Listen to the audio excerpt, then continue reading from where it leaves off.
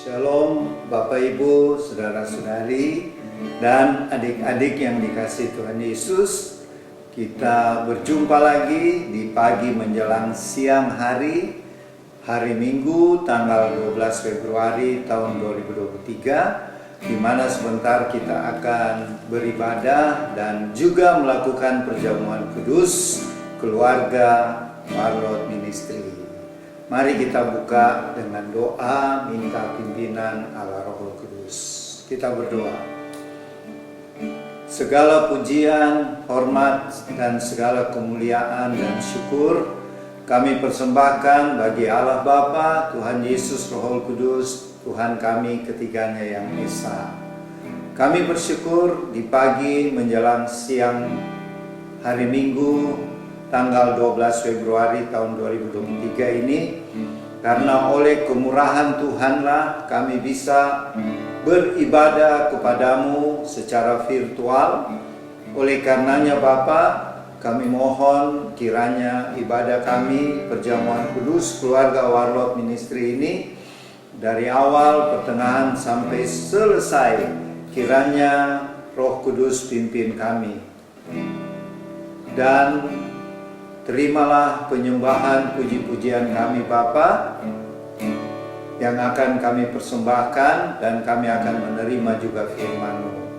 Di dalam nama Tuhan Yesus Kristus Juru Selamat kami yang telah mengajar kami berdoa bersama-sama.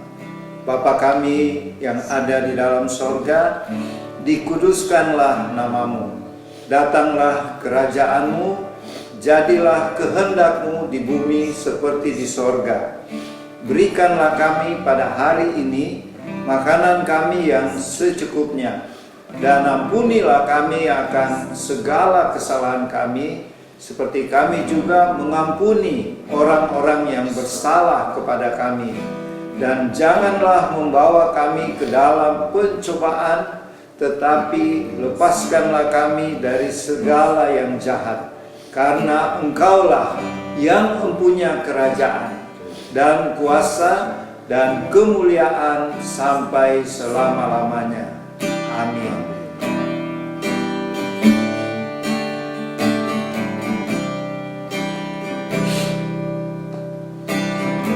Aku berikan semuanya, tubuh jiwa. Semuanya ku ingin menyenangkan. Ku ingin menyenangkanmu selalu. Kan selalu ku jawab panggilanmu. Sekali lagi, Tuhan ku berikan. Tuhan ku berikan semuanya, tubuh jiwa rohku relakan semuanya. Ku ingin menyenangkan, ku ingin menyenangkanmu selalu. Kan selalu ku jawab panggilanmu. Ajari kami, ajari aku mengerti perasaan, mengerti detak jantung, mengerti detak jantungmu. Biarkan aku punya keinginan, biarkan aku punya keintiman hanya denganmu sampai kau dapati hatiku seirama dengan harimu. Ajari kami, ajari aku mengerti perasaan, mengerti detak jantung, mengerti detak jantungmu. Biarkan aku punya, biarkan aku punya keintiman hanya dengan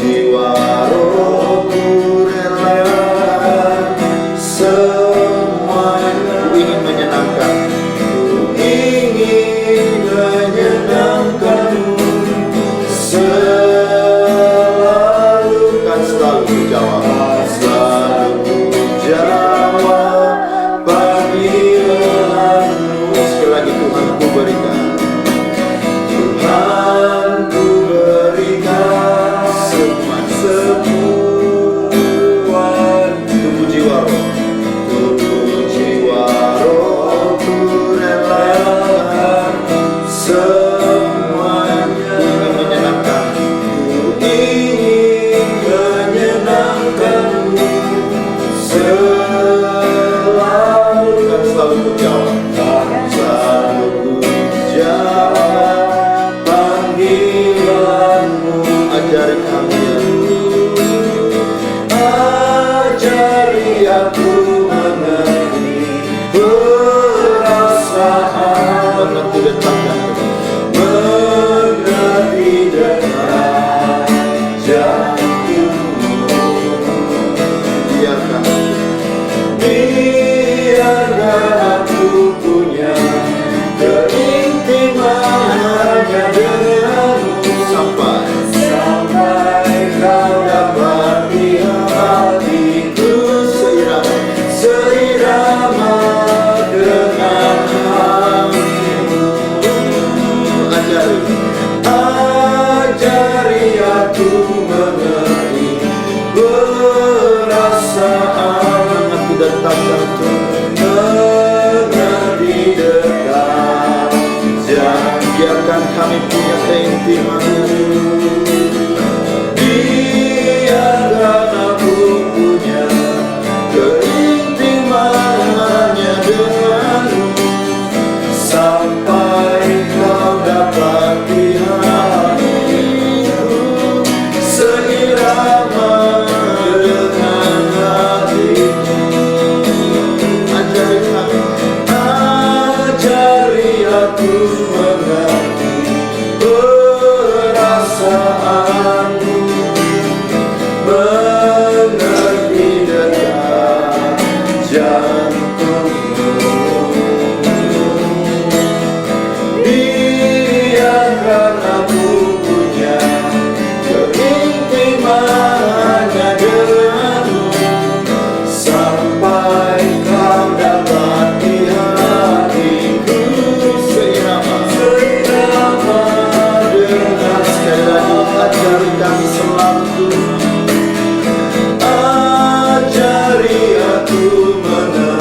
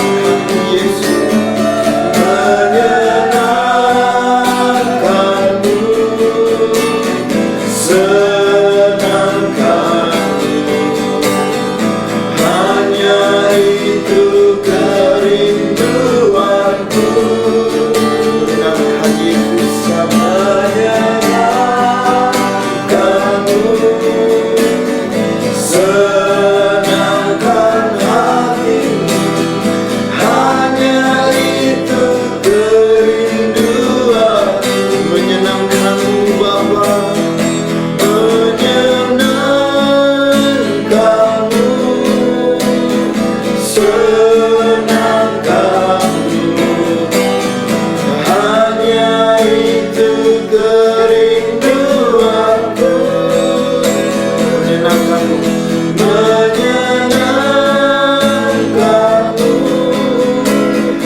Senangkan hatimu, hanya itu kerinduanmu. Sekali lagi menyenangkanmu Bapa, menyenangkanmu. Senangkan, hanya itu kerinduanku. Menyenangkanmu, menyenangkanmu. Senangkan hatimu, hanya itu kerinduanmu. Hanya ini kerinduan kamu, hanya itu kerinduanmu. Hanya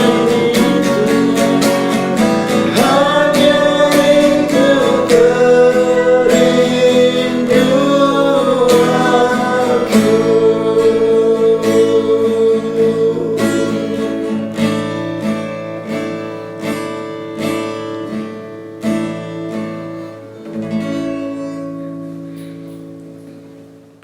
Bapak, Ibu, saudara-saudari, dan adik-adik yang dikasihi Tuhan Yesus, sekarang kita masuk dalam pemberitaan firman Tuhan, di mana firman Tuhan yang akan diberitakan lanjutan dari minggu lalu.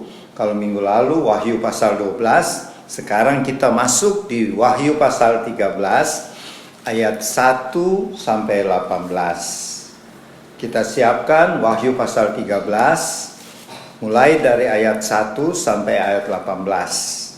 Mari kita minta pimpinan Allah Rohul Kudus. Kita berdoa. Bapa Sorgawi, kami bersyukur di siang hari ini Bapa, di hari Minggu 12 Februari tahun 2023, di mana firman-Mu akan diberitakan. Pimpinlah hamba-Mu yang akan menyampaikan firman-Mu.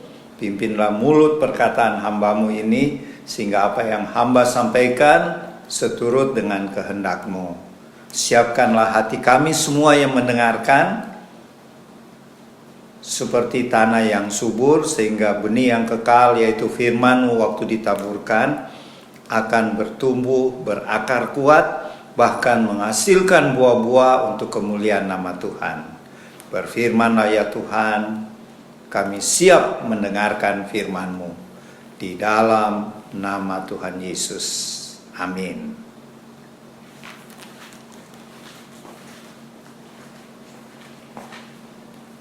Wahyu pasal 13 ayat 1 sampai 18. Lalu aku melihat seekor binatang keluar dari dalam laut, bertanduk 10 dan berkepala 7. Di atas tanduk-tanduknya terdapat 10 mahkota dan pada kepalanya tertulis nama-nama hujat. Binatang yang kulihat itu serupa dengan macan tutul, dan kakinya seperti kaki beruang dan mulutnya seperti mulut singa. Dan naga itu memberikan kepadanya kekuatannya dan tahtanya dan kekuasaannya yang besar. Maka tampaklah kepadaku satu dari kepala-kepalanya seperti kena luka yang membahayakan hidupnya. Tetapi luka yang membahayakan hidupnya itu sembuh. Seluruh dunia heran lalu mengikut binatang itu. Dan mereka menyembah naga itu karena ia memberikan kekuasaan kepada binatang itu. Dan mereka menyembah binatang itu sambil berkata, "Siapakah yang sama seperti binatang ini? Dan siapakah yang dapat berperang melawan dia?" Dan kepada binatang itu diberikan mulut yang penuh kesombongan dan hujat. Kepadanya diberikan juga kuasa untuk melakukannya 42 bulan lamanya. Lalu ia membuka mulutnya untuk menghujat Allah, menghujat namanya dan kemah kediamannya, dan semua mereka yang diam di sorga. Dan ia diperkenankan untuk berperang melawan orang-orang kudus dan untuk mengalahkan mereka. Dan kepadanya diberikan kuasa atas setiap suku dan umat dan bahasa dan bangsa. Dan semua orang yang diam di atas bumi akan menyembahnya, yaitu setiap orang yang namanya tidak tertulis sejak dunia dijadikan di dalam kitab kehidupan dari anak domba yang telah disembelih. Barang siapa bertelinga, hendaklah ia mendengar.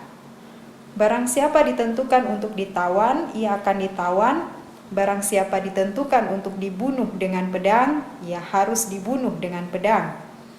Yang penting di sini ialah ketabahan dan iman orang-orang kudus. Dan aku melihat seekor binatang lain keluar dari dalam bumi dan bertanduk dua sama seperti anak domba, dan ia berbicara seperti seekor naga. Dan seluruh kuasa binatang yang pertama itu dijalankannya di depan matanya. Ia menyebabkan seluruh bumi dan semua penghuninya menyembah binatang pertama yang luka parahnya telah sembuh. Dan ia mengadakan tanda-tanda yang dahsyat. Bahkan ia menurunkan api dari langit ke bumi di depan mata semua orang. Ia menyesatkan mereka yang diam di bumi dengan tanda-tanda yang telah diberikan kepadanya untuk dilakukannya di depan mata binatang itu. Dan ia menyuruh mereka yang diam di bumi supaya mereka mendirikan patung untuk menghormati binatang yang luka oleh pedang, namun yang tetap hidup itu. Dan kepadanya diberikan kuasa untuk memberikan nyawa kepada patung binatang itu, sehingga patung binatang itu berbicara juga dan bertindak begitu rupa, sehingga semua orang yang tidak menyembah patung binatang itu dibunuh. Dan ia menyebabkan sehingga kepada semua orang, kecil atau besar, kaya atau miskin, merdeka atau hamba, diberi tanda pada tangan kanannya atau pada dahinya, dan tidak seorang pun yang dapat membeli atau menjual selain daripada mereka yang memakai tanda itu, yaitu nama binatang itu atau bilangan namanya. Yang penting di sini ialah hikmat. Barang siapa yang bijaksana, baiklah ia menghitung bilangan binatang itu, karena bilangan itu adalah bilangan seorang manusia, dan bilangannya ialah 666. Amin.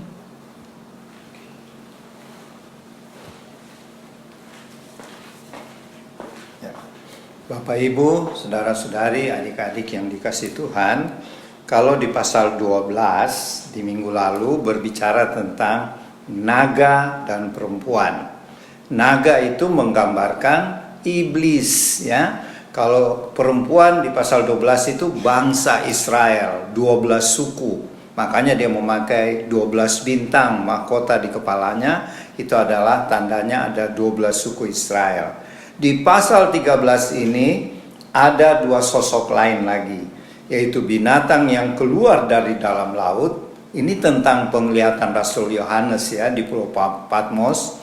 Tuhan memperlihatkan naga itu setelah dia tidak berhasil menyerang perempuan dan pengikutnya, yaitu bangsa Israel dengan orang-orang percaya lainnya, ia berdiri tinggal di pantai laut. Di ayat 18 pasal 12, kemudian Yohanes melihat seekor binatang keluar dari dalam laut.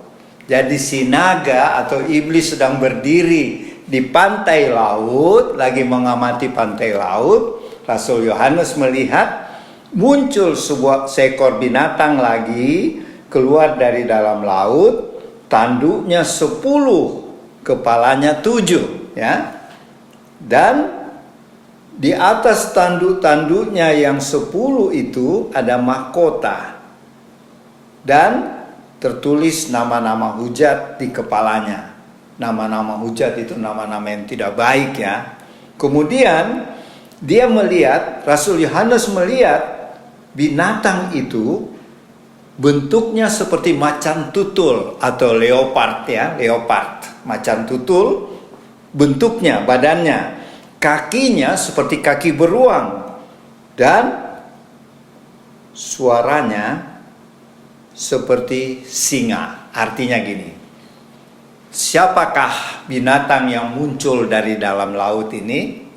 Itu adalah antikris, sosok yang akan muncul di akhir zaman. Jadi setelah rapture, ya, setelah pengangkatan, Maka terjadilah peristiwa di pasal 12 Wahyu 13 ini, yaitu si naga akan menyerang Israel, menyerang pengikut-pengikut Tuhan yang tertinggal ya, tidak rapture, tidak mengalami pengangkatan. Kemudian dia dibantu oleh seekor binatang yang adalah gambaran dari antikris. Antikris adalah antikristus, sosok atau tokoh yang anti terhadap Tuhan Yesus dan terhadap pengikut-pengikut Tuhan Yesus. Jadi kalau dia ada di zaman sekarang, dia anti orang-orang Kristen, dia anti orang-orang percaya Tuhan Yesus. Tapi ini kejadiannya diperlihatkan Tuhan kepada Yohanes nanti setelah rapture ya, setelah pengangkatan. Ini kejadiannya yaitu di masa kesusahan besar. 7 tahun itu yang dibagi 2, 3,5. Ada dikatakan binatang itu, si antikris, diberi kuasa memimpin selama 42 bulan. 42 bulan itu 3,5 tahun. Sebenarnya 3,5 tahun itu kiasan juga ya, bukan betul-betul 3,5 tahun ya, hati-hati. Kiasan, sebab kalau 7 tahun itu sebenarnya gambaran sempurna ya, tapi Tuhan batasi dia cuma separuh, jadi cuma 3,5 tahun ya. Itu masanya antikris akan memerintah dunia. Bagaimana caranya? Kalau kita lihat di pasal-pasal berikutnya, kita belum sampai ya, di pasal 14, 16. Tokoh antikris ini yang badannya berbentuk macan tutul, artinya dia punya kuasa yang besar ya. Kuasa yang besar, misalnya banyak orang akan simpati sama dia. Misalnya dunia dalam keadaan goncang seperti saat ini ya, misalnya. Terus ekonomi, keuangan lagi merosot. Muncullah tokoh antikris ini yang akan menyelamatkan dunia di bidang keuangan, di bidang kemanusiaan. Jadi banyak pemimpin negara, bahkan rakyat di seluruh dunia akan kagum sama dia. Ya. Itulah si antikris kalau kita baca di pasal-pasal berikut nanti ya. Di sini belum dijelaskan. Tapi ini maksudnya badannya kayak macan tutul, itu simbol saja yang menyatakan dia punya kuasa besar. Kemudian kakinya seperti beruang. Apa artinya itu? Artinya gerakannya, beruang kan kalau bergerak itu mantap. Seperti lambat tapi mantap ya. Jadi gerakannya si antikris ini biar kelihatan pelan tapi meyakinkan ya, pasti. Itu maksudnya beruang. Dan kemudian mulutnya seperti singa. Artinya dia secara politik, secara hubungan antar bangsa, dia bisa mempengaruhi raja-raja, presiden-presiden, bangsa-bangsa pada zaman itu, pada zaman nanti ya. Karena ini sesudah masa pengangkatannya. Itulah si antikris ya. Yaitu binatang yang pertama muncul dari laut. Kalau kita baca Wahyu, ada hubungannya dengan kitab Daniel. Kitab Daniel dikatakan juga binatang itu yang si macan tutul, di situ lebih jelas lagi. Dia muncul dari satu laut yang namanya Laut Besar. Sedangkan orang Israel tahu Laut Besar itu laut apa? Laut Mediterania. Laut Mediterania atau bahasa Indonesianya Laut Tengah itu terdapat di sekitar Eropa ya. Eropa. Jadi diprediksi kemungkinan antikris ini muncul dari Laut Mediterania. Artinya negara-negara di sekitar Laut Mediterania. Karena itu terdapat di kitab Daniel. Waktu Daniel mendapat mimpi, ada 4 binatang muncul. Salah satunya macan tutul itu. Dia muncul dari laut besar, Great Sea. Kalau di King James Version, Great Sea itu laut besar, itu diketahui oleh orang Israel, Laut Mediterania. Jadi Laut Mediterania ini di akhir zaman sangat berpengaruh ya, karena dari situlah antikris muncul ya. Kemudian kita lihat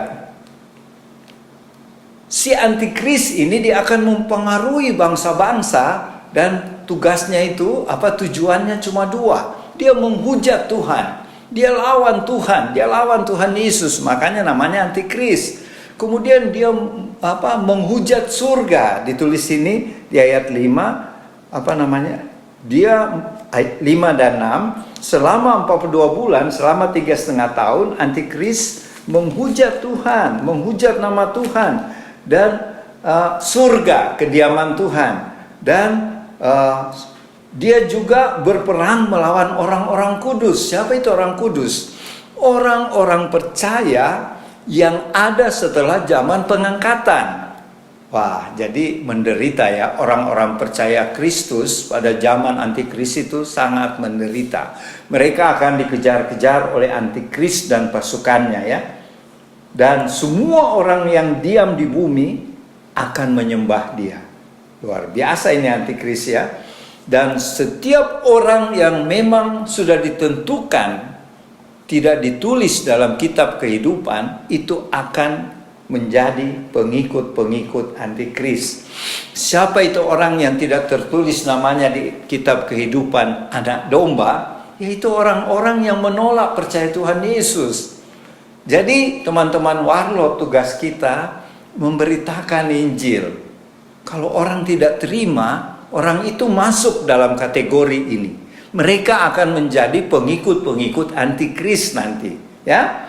Jadi dikatakan kemudian yang penting di sini ketabahan dan imannya orang-orang kudus. Karena pada zaman antikris ini 3,5 tahun saja ya, tapi kekejamannya luar biasa ya.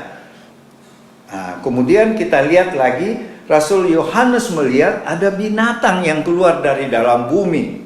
Binatang itu berbentuk domba, seperti domba ya, anak domba, tapi bicaranya seperti naga. Dan dia bertanduk 2. Apa artinya ini? Begini Bapak Ibu saudara-saudari adik-adik, iblis selalu mau meniru Tuhan. Kalau Tuhan ada Tritunggal, yaitu Allah Bapa, Anak dan Roh Kudus, iblis juga bikin Tritunggal, tapi Tritunggal yang jahat ya, yaitu iblis, kemudian antikris dan nabi palsu. 3 juga. Ini Tritunggal jahat ya. Dan itu sebabnya si anak domba itu yang bertanduk, dia mau mencontoh Tuhan Yesus. Dia mau merebut manusia supaya ikut dia dengan tipu muslihatnya ya. Dan dia juga bikin mujizat. Jadi ketika binatang yang pertama yaitu antikris mendapat luka di kepalanya, si nabi palsu ini, binatang yang berbentuk domba bertanduk, nabi palsu ya, dia bisa menyembuhkan.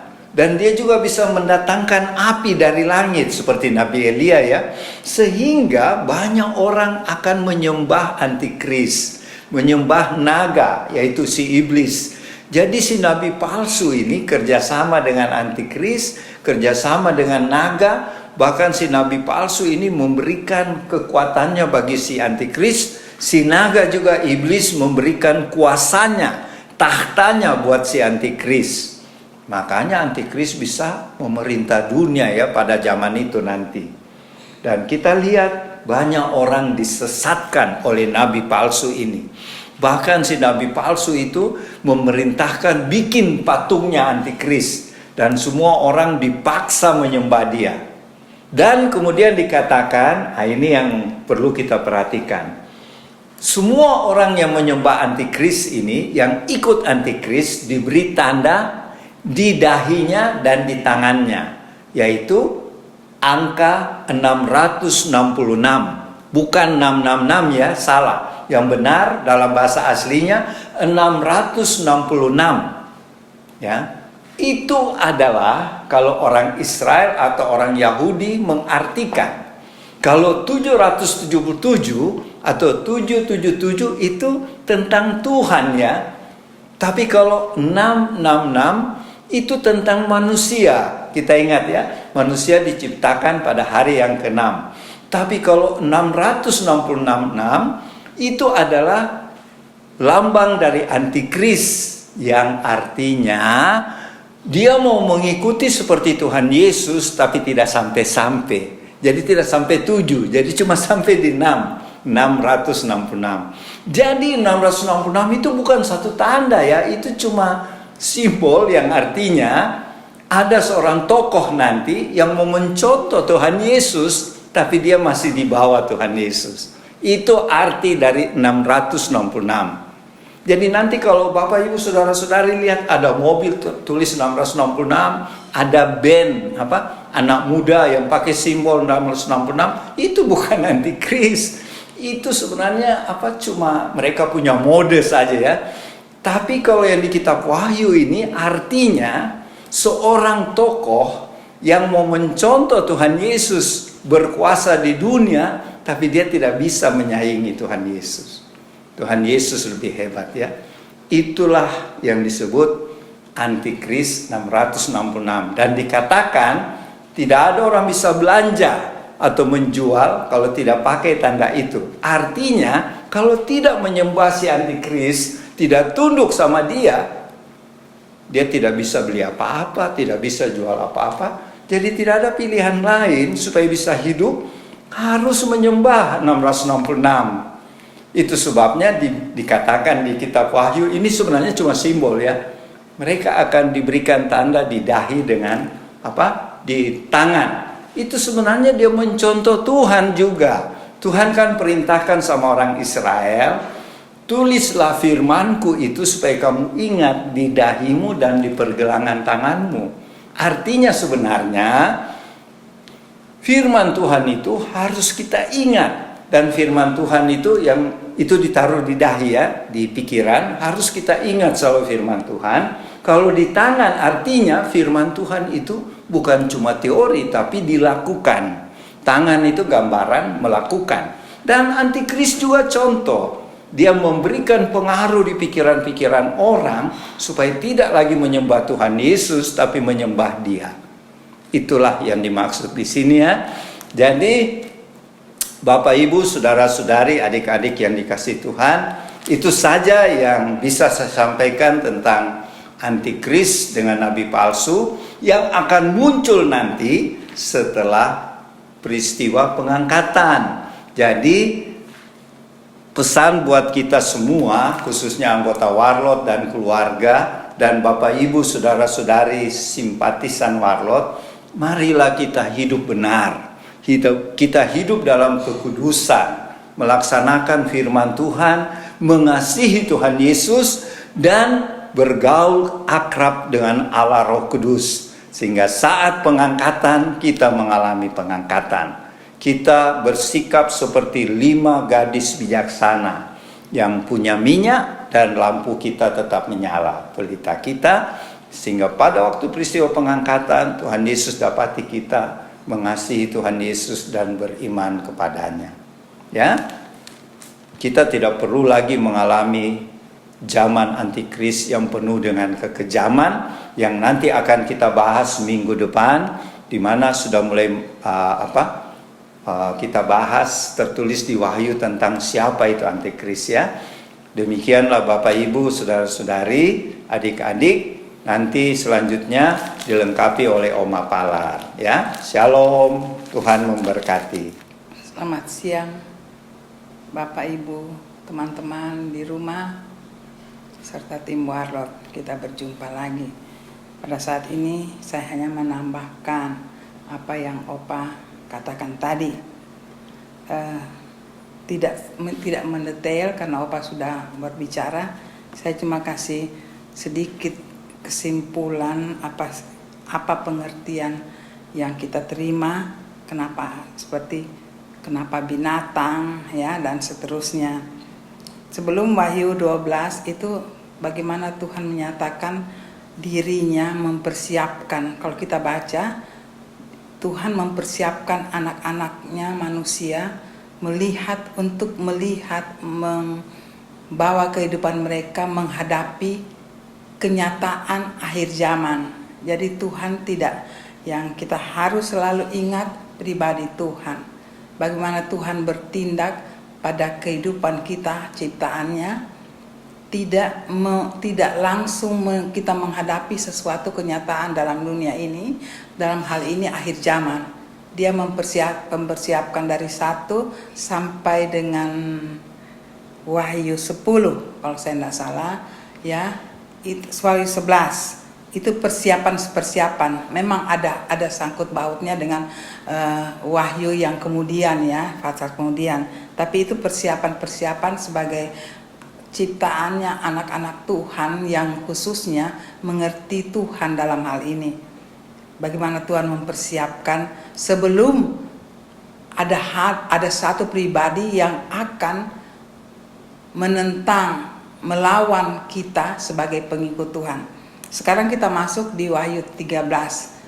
Sebelum Wahyu 13 yang kemarin, yang minggu lalu, Wahyu 12, di situ Tuhan sudah menyatakan setelah persiapan ada 2 saksi Allah dan lain-lain.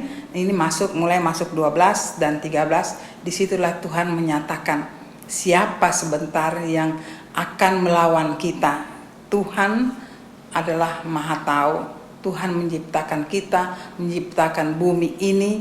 Nah, Tuhan tahu siapa yang menjadi anti Tuhan, dalam hal ini lawan daripada Tuhan. Kita adalah pengikut Tuhan. Kita ada ciptaannya. Tuhan kita adalah Tuhan yang bebas. Sebagai pengikut-pengikutnya, Tuhan menyatakan satu persiapan yang kita akan menghadapi lawan daripada Tuhan, dalam hal ini iblis.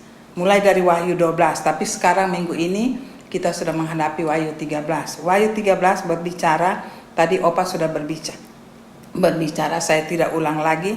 Tapi di situ ada hal-hal yang kita harus, saya katakan bahwa kita sebagai manusia, khususnya anak Tuhan, kita harus mengetahui firman.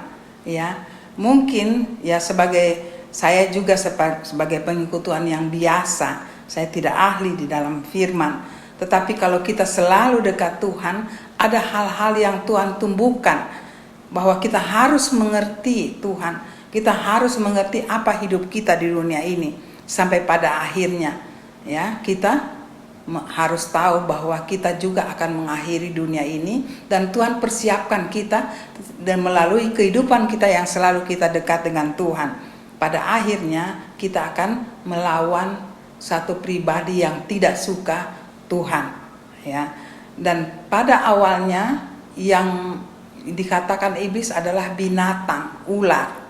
Jadi saya sedikit merenungkan Wahyu 13 atau Wahyu 12 atau seluruh isi firman ini, selalu iblis itu digambarkan dengan binatang, ya, bukan pohon, ya.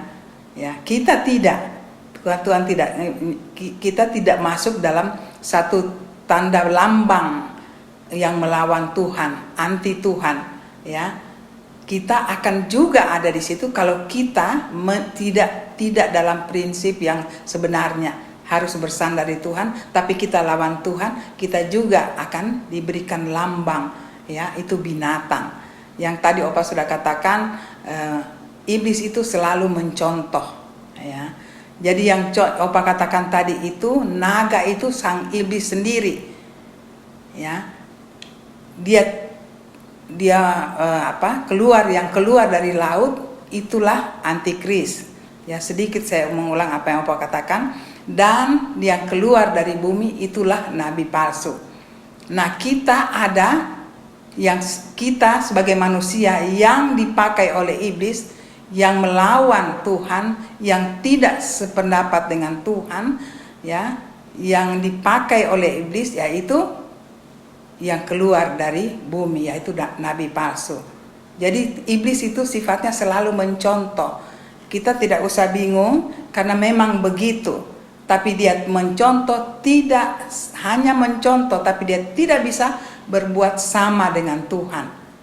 Nah, sekarang dalam praktek hidup kita, sebenarnya kita mudah mengetahui itu. Asal kita dekat dengan Tuhan, ada rambu-rambu yang Tuhan siapkan, sudah berbicara. Ya, jadi kalau kita katakan yang mana antikris, yang mana yang nabi palsu, sebenarnya dari kehidupan kita sudah tahu. Ya, saya tidak mengulangi itu, saya tidak kupas itu, karena itu lain. Saya percaya semua di rumah sudah tahu. Tapi pada akhir zaman Tuhan mau tunjukkan, karena waktu di Wahyu 12, naga dan perempuan dia sudah kalah, ya, dan dia mau memburu memburu dari turunan naga itu Wahyu 12. Karena dia sudah kalah, dia tidak bisa. Tapi dia juga tahu bagaimana Tuhan membuat itu contoh, dia mau mencontohi bagaimana setelah kalah itu Tuhan dengan programnya Tuhan, yaitu 3 Tritunggal. Saya tidak kupas itu, tapi saya ambil simpulkan. Nah, iblis mencontoh itu, ya, untuk ambil kekuasaan Tuhan, yaitu kita sebagai ciptaan yang paling indah dari Tuhan untuk menjadi pengikut iblis. Jadi itu kita tidak bisa melihat Tuhan yang benar kalau kita tidak bergantung kepada Tuhan. Kita harus dekat dengan Tuhan dan kita tahu bagaimana itu Tritunggal, ya, Bapa, Putra, dan Roh Kudus. Ini dicontoh oleh iblis supaya kita terpengaruh. Nah, supaya kita tidak terpengaruh, kita harus dekat Tuhan. Nah, di sini Tuhan berbicara di akhir menjelang dunia ini akan berakhir. Harus hati-hati, ya. Sekali lagi saya katakan bahwa kita tidak bisa mengerti Wahyu, apalagi yang kita baca ini hari ini, 3 Tritunggal. Kalau kita tidak mengerti firman Tuhan, ya. Saya mengajak kalau kita bisa ahli, bisa mau mendekat dengan Tuhan, berbicara dengan Tuhan, Tuhan berbicara dengan kita melalui kuasa Roh Kudusnya, kita hidup menyenangkan hati Tuhan, Tuhan memberikan banyak kita petunjuk. Sampai Tuhan waktu mengatakan ini di Wahyu 13, kita mengerti itu yang Tuhan mau. Jadi tidak ada kata bagi anak-anaknya, aku tidak mengerti itu Tritunggal. Bagaimana kita mau mengerti contoh iblis mengatakan mencontohi Tritunggal kalau kita sendiri yang tahu Tuhan. Kita sebagai anak-anaknya, kita tidak mengerti. Jadi saya ajak Bapak Ibu di rumah, teman-teman, kita mengerti. Mari kita mengerti, saya selalu ajak kita mengerti apa sebenarnya Tuhan di dalam hidup kita. Sampai pada akhirnya mendekati akhir kehidupan kita, setan mengambil cara untuk menghancurkan kita. Itu musuh, dalam hal ini musuh bebuyutannya Tuhan. Jadi sekali lagi kita harus mengerti ini. Jadi Wahyu 13 itu mencontoh Tuhan. Sekali lagi bahwa binatang yang keluar dari, yang Opa katakan keluar dari laut, itu antikris. Yang keluar dari bumi itu pengikutnya, ya, dalam hal ini yang sudah dipakai oleh iblis, ya. Ya, itu Tritunggal itu. Nah, pada akhirnya Tuhan katakan di Wahyu 13, saya sedikit melompat di yang kenapa. Itulah di situ Tuhan katakan angka 66. Memang sedikit saya renungkan angka 66. Tadi rupanya waktu saya dengar Opa sudah katakan duluan. Di situ saya juga berpikir waktu saya membaca ini kenapa 6? Karena 6 adalah waktu ciptaan kita adalah ciptaan yang ke-6. Ya, angka 666 saya tidak ulangi, tadi pasti sudah didengar. Tapi itulah lambang iblis, ya, lambang 666, ya, itu antikris, ya.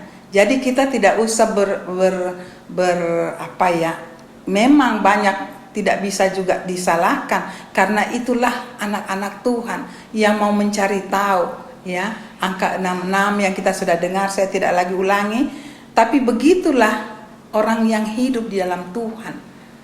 Itu indah sekali untuk saya. Walaupun berbeda, tetapi ada garis yang sama pada akhirnya.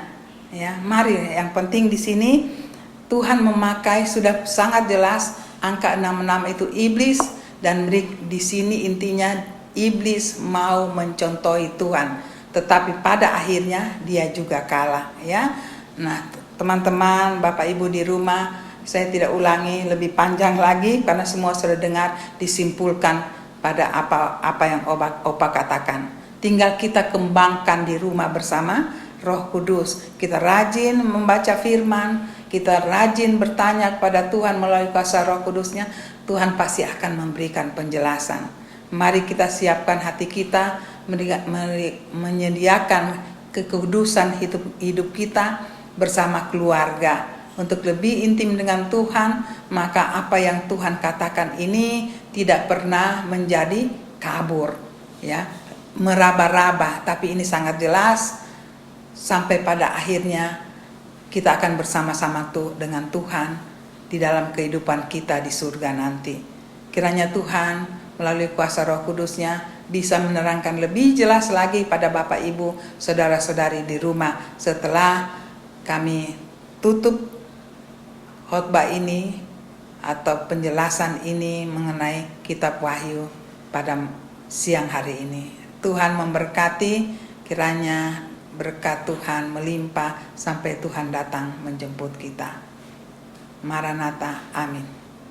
Bapak Ibu, saudara-saudari dan adik-adik yang dikasihi Tuhan Yesus, setelah tadi kita mendengarkan pemberitaan firman tentang antikris dan nabi-nabi palsu, dan sekarang mari kita laksanakan perintah Tuhan Yesus, yaitu melaksanakan perjamuan kudus. Mari kita berdoa. Terima kasih Bapa buat firman-Mu tadi yang sudah disampaikan, di mana kami dihimbau untuk berjaga-jaga dan berdoa selalu menghadapi masa kesusahan besar. Dan untuk itu Tuhan, kami tetap mau rindu untuk mengalami pengangkatan atau rapture. Dan sekarang Bapa, kami mau melakukan perintah Tuhan Yesus, yaitu melakukan perjamuan kudus. Kami mohon ampunilah semua dosa-dosa salah kami. Kami juga mau mengampuni sesama kami. Sucikanlah kami Tuhan dengan kuasa darah-Mu, supaya kami layak menerima hosti dan anggur yang adalah tubuh dan darah Tuhan Yesus. Berkatilah, kuduskanlah hosti, anggur, roti atau sirup, teh yang dipakai oleh Bapak Ibu, saudara-saudari di rumah tempat tinggal masing-masing. Demikian juga kami yang ada di House of Warlord di Sentul City. Jadilah kiranya perjamuan kudus saat ini di dalam nama Tuhan Yesus. Amin.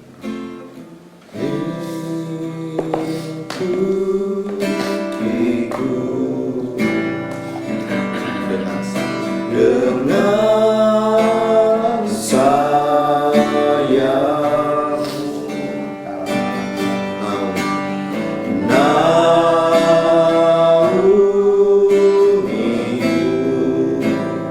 dengan kuasa, dengan kuasa-Mu di saat badai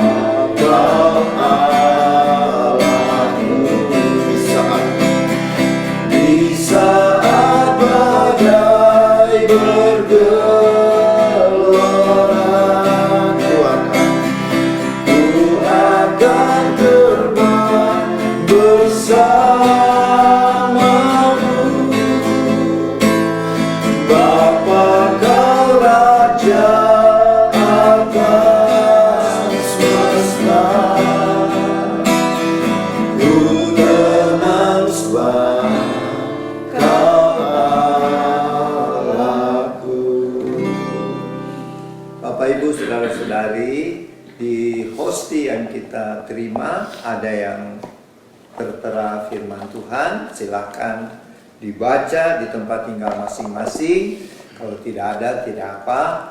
Dan kami di House of Warlord di Sentul City akan baca.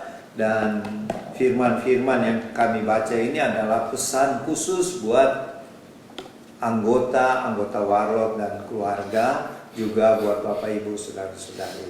Ayo kita baca 1 Yohanes 4 ayat 19. Kita mengasihi karena Allah lebih dahulu mengasihi kita. 2 Tawarik 14 ayat 11b. Selain daripada engkau, tidak ada yang dapat menolong yang lemah terhadap yang kuat. Matius 14 ayat 27b, tenanglah, aku ini, jangan takut. Oke. Pokoknya kamu adalah terang dunia, kota yang terletak di atas gunung tidak mungkin tersembunyi. Jadi intinya kita harus mengasihi sesama kita layani sesama kita seperti kita melayani Tuhan Yesus, ya. Karena Tuhan Yesus sudah lebih dulu mengasihi kita. Ya, dalam lusa pada tanggal 14 Februari 2022 seluruh dunia merayakan hari Valentine, hari kasih sayangnya.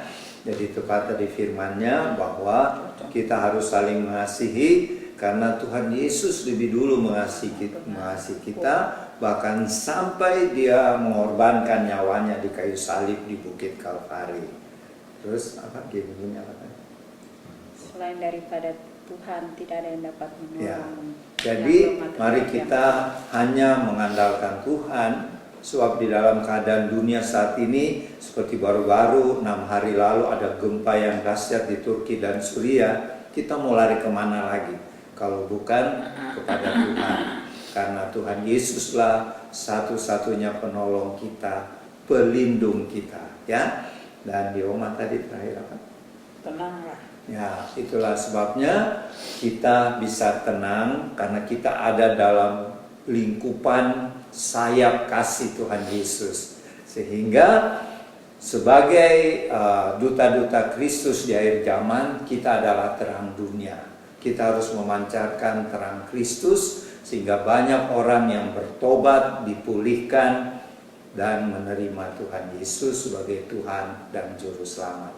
Nah, itulah pesan-pesan Tuhan buat Warlot, ya. Jadi makin semangatlah melayani Tuhan, melayani sesama yang memerlukan pertolongan Tuhan. Mari kita angkat hosti yang kita percaya adalah tubuh Tuhan Yesus. Firman Tuhan dari Injil Lukas pasal 22 ayat 19 sampai 20 bunyinya, lalu Tuhan Yesus mengambil roti, mengucap syukur, memecah-mecahkannya dan memberikannya kepada murid-muridnya, dan kata Tuhan Yesus, inilah tubuhku yang diserahkan bagi kamu, perbuatlah ini menjadi peringatan akan aku. Mari kita ucapkan sama-sama, Tuhan Yesus, kami akan selalu mengingat pengorbananmu sebagai anak domba Allah di atas kayu salib di Bukit Golgota, sehingga kami menerima anugerah hidup yang kekal, keselamatan, dan siap diutus Tuhan memberitakan Injil Kristus. Kami terima tubuhmu Tuhan, di dalam nama Tuhan Yesus. Silakan makan dengan imannya dalam nama Tuhan Yesus.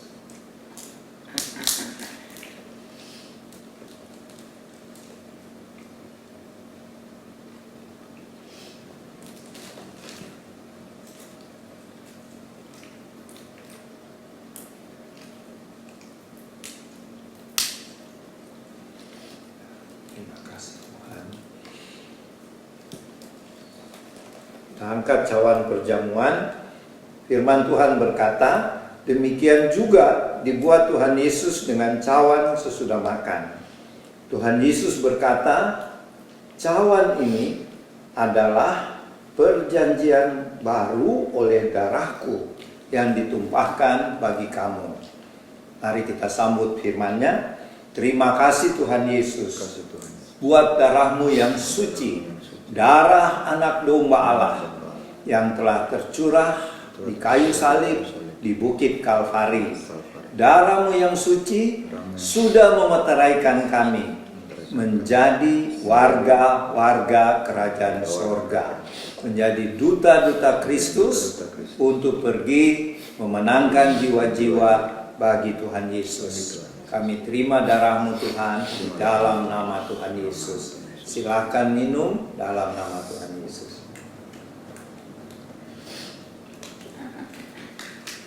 Sebagai syukur, mari kita memuji Tuhan.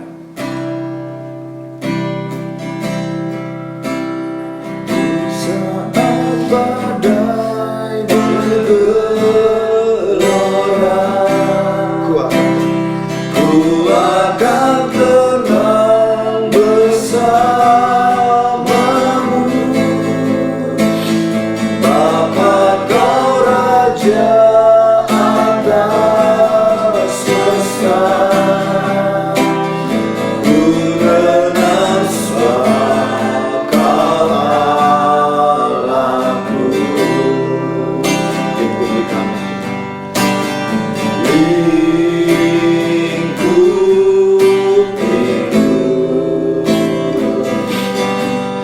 Dengan sayapmu,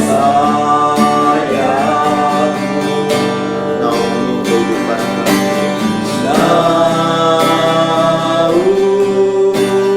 naungiku Dengan kuasa dengan kuasa.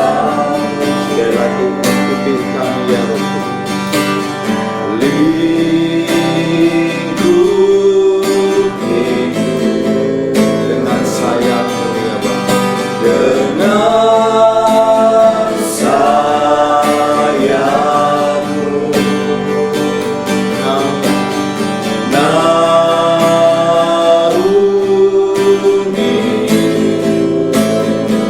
Dengan kuasa dengan kuasa.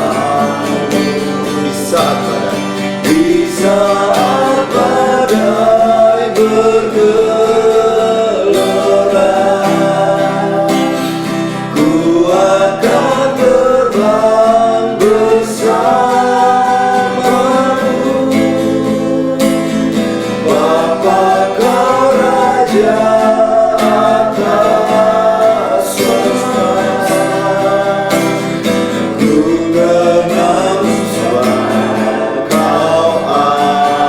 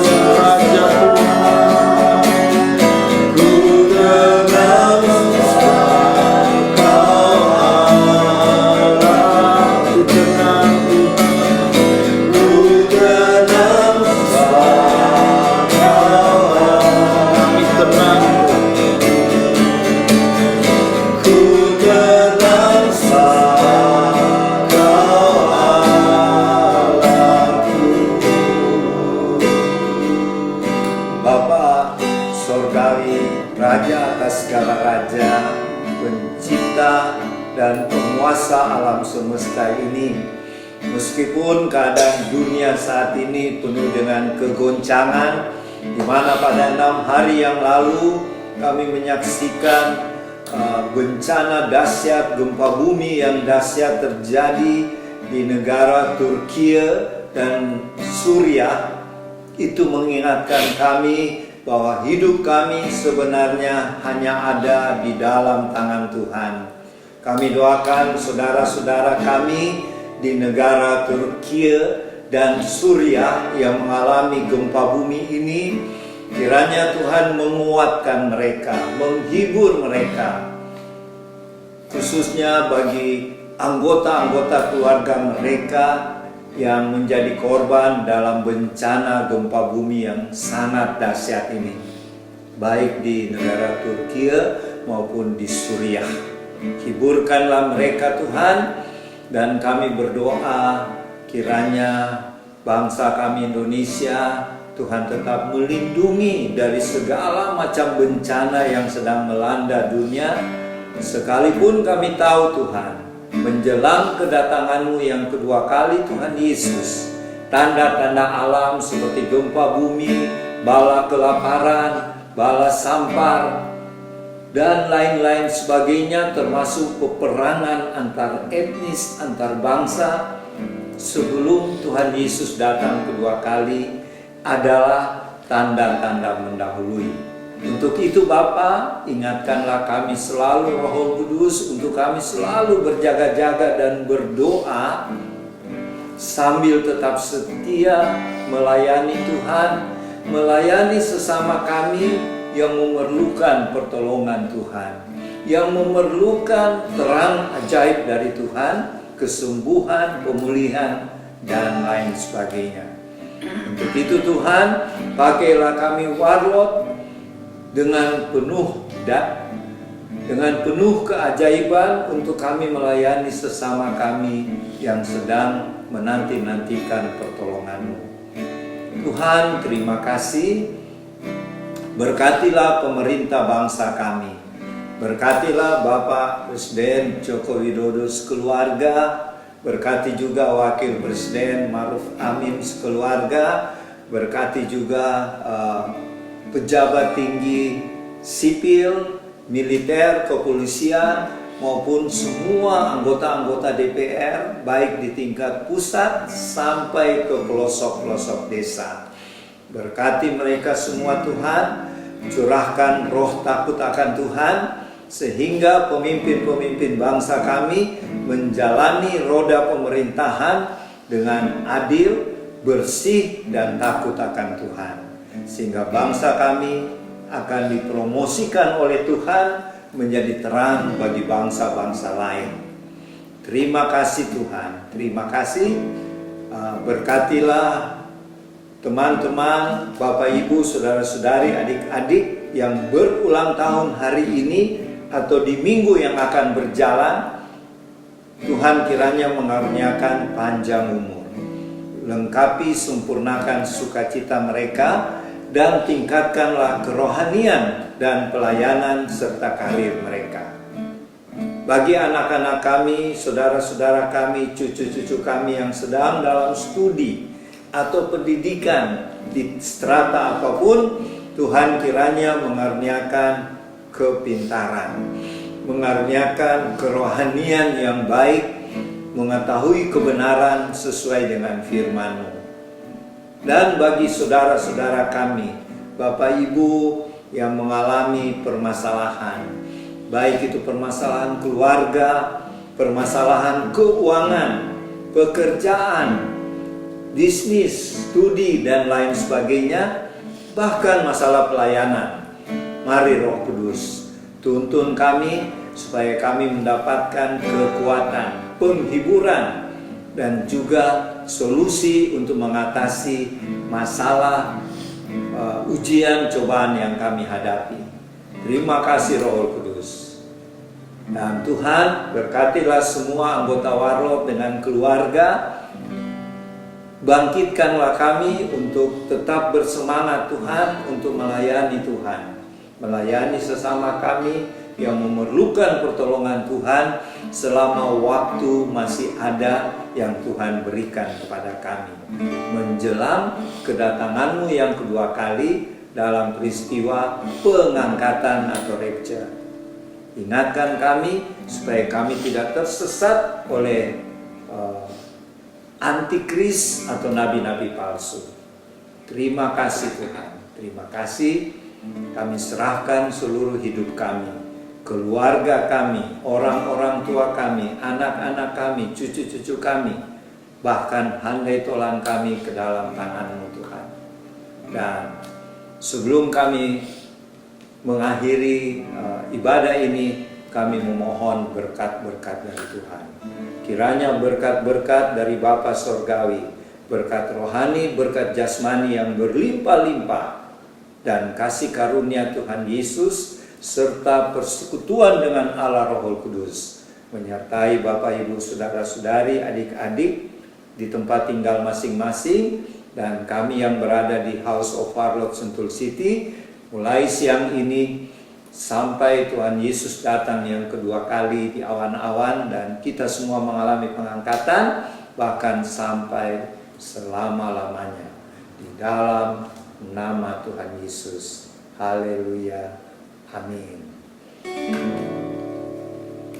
Terima kasih sudah mengikuti ibadah perjamuan kudus Harlot. Selamat berjumpa lagi minggu depan, hari Minggu, tanggal 19 Februari tahun 2023. Shalom, Tuhan Yesus memberkati.